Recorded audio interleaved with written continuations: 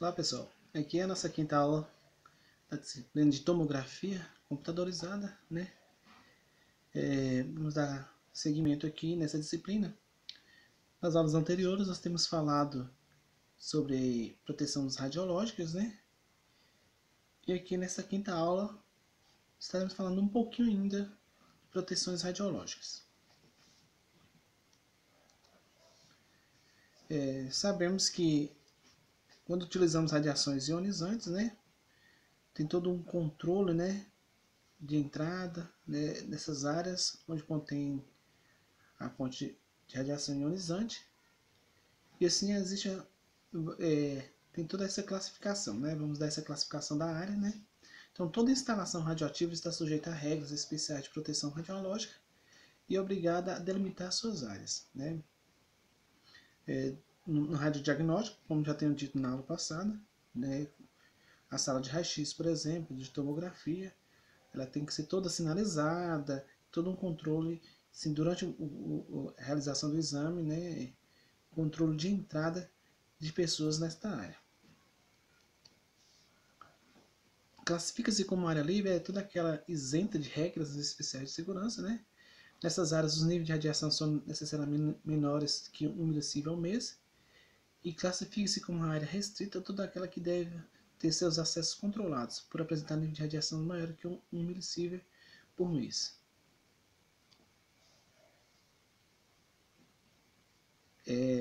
As áreas restritas são subdivididas em áreas supervisionadas. Quando seriam essas áreas supervisionadas? É quando os níveis de radiação estão entre 1 milisievert ao mês a 3 milisievert ao mês. E área controlada se os níveis de radiação forem maiores que 3 milisievert ao mês. No caso das radiações radiodiagnósticas, né, por exemplo, na sala de raio-x, né, ela é supervisionada, viu, pessoal? Avaliação de doses individuais. Para avaliar as doses de radiação em um determinado ambiente, são utilizados os monitores de área, né?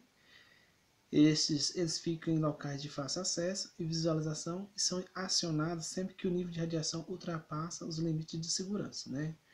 Então, por exemplo, essas fontes seladas, né? Se algum porventura vier apresentar algum problema, né, na cápsula, vai começar a apresentar vazamento da radiação.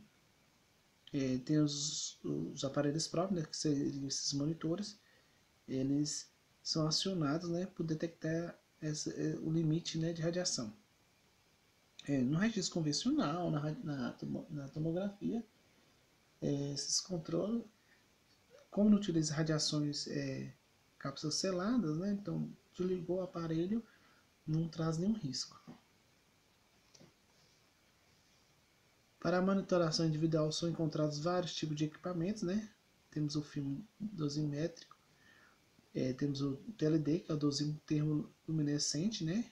Que é o mais comum que utiliza na radiologia, a caneta dosimétrica e outros. O uso de dosímetro é geralmente obrigatório, a não ser que a monitoração da área e não há risco, né? Um dos tipos de dosímetro individual mais utilizado é o dosímetro de tórax, né? Que eu creio que todos vocês já foram em um hospital, assim, teve acesso a essa área onde tem o raio-x, vocês vão ver muitas pessoas utilizando o dosímetro, né? Ele é obrigatório na radiologia radiodiagnóstica, né? Porque a radiação, ela traz risco.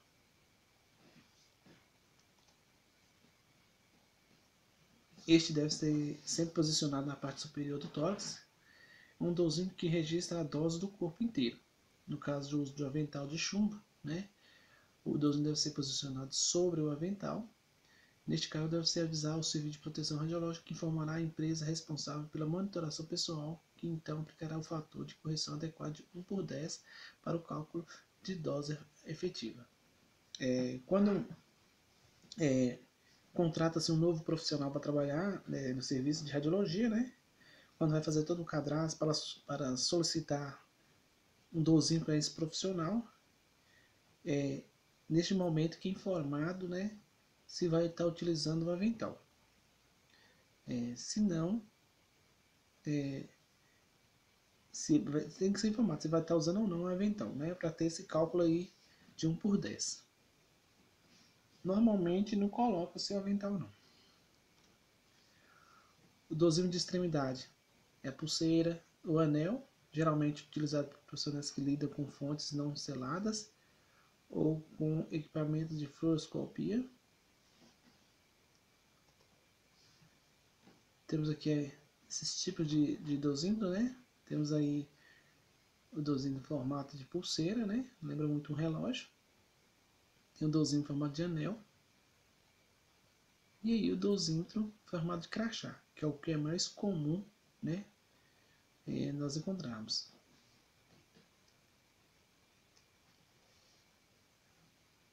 Nível de referência. Nível de registro é 0,2 milisievert, né? Aplicado no programa de monitoração individual. Nível de investigação 1,2 milisievert, valor acima do qual se justifica a investigação relativa a um só evento. Nível de intervenção 4,0 milisievert, interfere com a cadeia normal de responsabilidade. Interdição do serviço e afastamento do profissional para investigação. Tá? Então, se chegar a um ponto de 4 milisievert, né? Às vezes o profissional recebe, né? Nesse caso ele precisa ser afastado.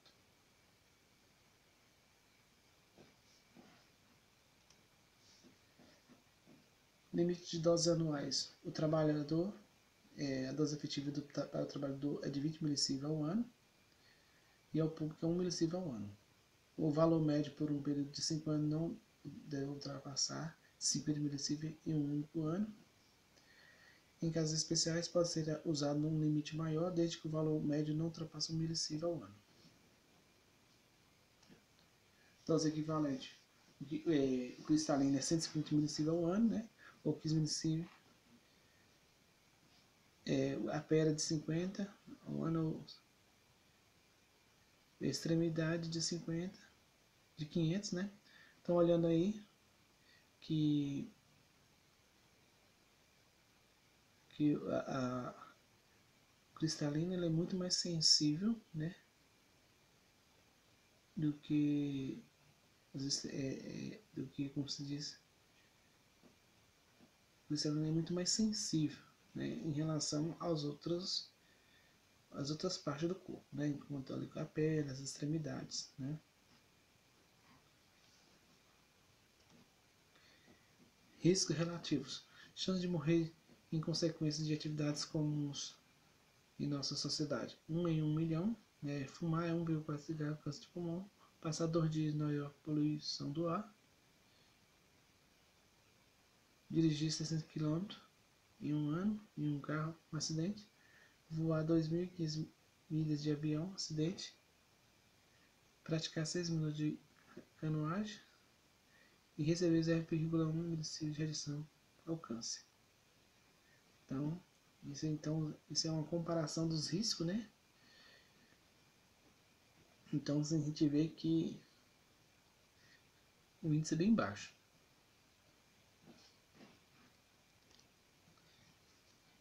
Teste de controle de qualidade. Os testes de controle de qualidade eles são parte importante, né? Que é o PGQ. E deve ter periodicidade adequada a ser feito, né? No mínimo de acordo com o intervalo estabelecido na portaria 453. No entanto, cada instituição deve estabelecer seus próprios protocolos de acordo com a idade e a taxa de uso dos equipamentos e as condições de manutenção dos mesmos, né? Então, como tem dito, tem muito vigilância sanitária, né? Ela cobra mesmo esse teste de qualidade, né? Porque por meio do teste de qualidade que vai apresentar se o aparelho está funcionando bem, tanto se não está expondo demais o profissional e o paciente, como também a qualidade das imagens. Os testes de controle de qualidade ele permite que se obtenha equipamento estável, né, o que reproduz o mesmo padrão de imagem para uma determinada técnica radiográfica, né, se você faz radiografia de um tórax, né, uma certa qualidade. Se eu refizer novamente esse mesmo exame no outro paciente, também tenho que alcançar, a mesma qualidade. A padronização da técnica radiográfica visa maximizar a qualidade da imagem, né. Na radiologia, na revelação manual, podemos dizer que a gente não consegue essa padronização, não, viu, pessoal? Mas na automática, no digital, já é mais possível. Os testes obrigatórios são de KV e MAS, né? Camada semi-redutora, alinhamento do feixe central, linearidade da taxa de exposição, como MAS, o rendimento do tubo, reprodutividade da taxa de exposição e reprodutibilidade do controle automático de exposição, tamanho do ponto focal, integridade dos equipamentos de proteção individual e vedação das câmeras escuras, né? Então, quando o profissional físico ele vai lá fazer esse levantamento radiométrico, né? Esse teste de constância, ele faz todos esses testes aí, né? E todos eles têm que estar em perfeito estado. Exatidão do sistema de colimação, resolução de baixo alto contraste de fluoroscopia, contato com telefilme, alinhamento da grade, integridade das telas de chassis, condições de negatoscópio, índice de rejeição de radiografias, temperatura do sistema de processamento, sensitometria do sistema de processamento de calibração, constância e uniformidade dos números de tomografia computadorizada. Então, tudo no teste de qualidade, né? E tudo isso tem que fazer esse processo, né? Para ver todo o seu funcionamento. Vestimento de proteção individual. Existem diversos tipos de vestimento, né, destinado a proteger as pessoas contra os efeitos das radiações ionizantes. Dentre as mais usadas encontram-se os aventais de chumbo, longos ou curtos, os protetores de tireoide, de gônadas, os óculos plumbíferos, as luvas e as mangas protetoras, né? Como já tenho dito para vocês, tudo isso é preciso, né? Mas normalmente, né, pelo menos aqui na minha região, a vigilância sanitária ela obriga, né, a encontrar os protetores de tireoide, né, e o avental de chumbo, né? Eles exigem no mínimo 2 de cada.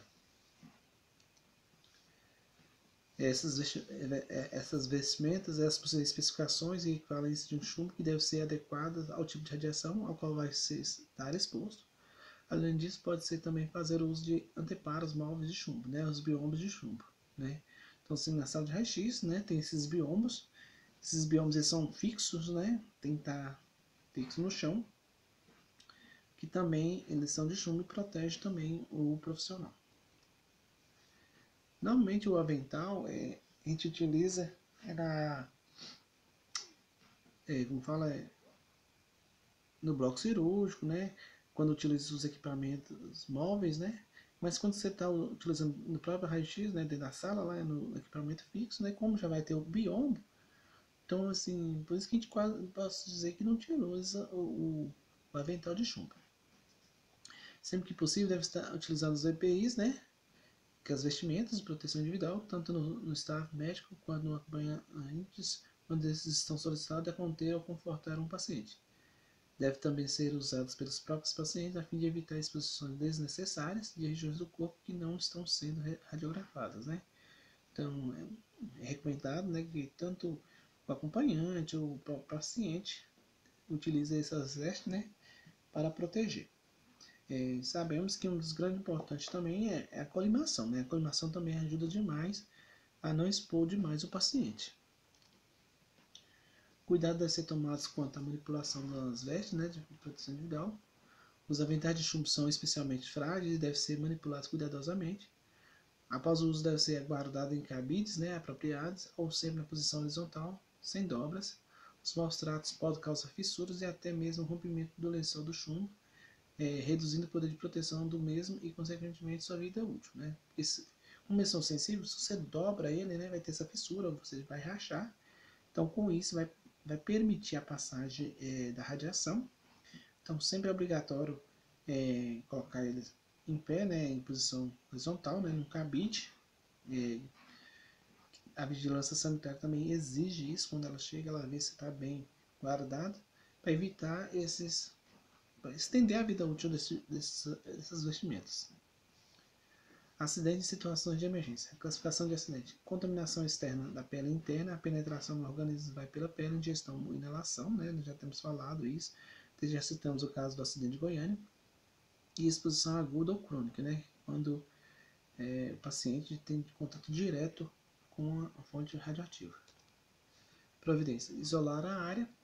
Afastar as pessoas. Identificar a fonte de contaminação e radiação. E contatar o supervisor de proteção radiológica, né? Contratar a coordenação de fiscalização sanitária da Secretaria de Estado de Saúde sobre a ocorrência para as devidas providências, proceder às análises de estimativa de dose, descontaminar a área, no caso de fontes não seladas, convocar os potencialmente irradiados ou contaminados para se submeter a exames médicos e analisar o ocorrido e implementar procedimentos para evitar novos acidentes, né? Quando teve o acidente lá em Goiânia mesmo, né? A vigilância sanitária foi, interditou todo o processo, até o dia de hoje ela ainda lá é interditado, né? Porque lá utilizou radiações, foi radiação selada, né? Eles abriram a fonte e contaminou tanto as pessoas quanto o ambiente. Principais causas de acidente: falha nas instalações, defeito nos equipamentos de proteção radiológica, defeito dos equipamentos nos tubos de raio-x, fadiga do operador, horário inadequado de trabalho, rotina cansativa e monótona, extravio de fluxos de fontes, incêndio, colisão de viatura transportando materiais radioativos, relaxamento das medidas de segurança decorrente da monotonia da rotina. As medidas preventivas: existência de condições seguras, prática de atos seguros e personalidade do trabalhador. Então esses são todos esses atos que a pessoa precisa, o profissional precisa ter os cuidados, né, e saber lidar em caso de um acidente. Tá? Pessoal, tá aqui a nossa quinta aula. Nós falaremos na próxima aula.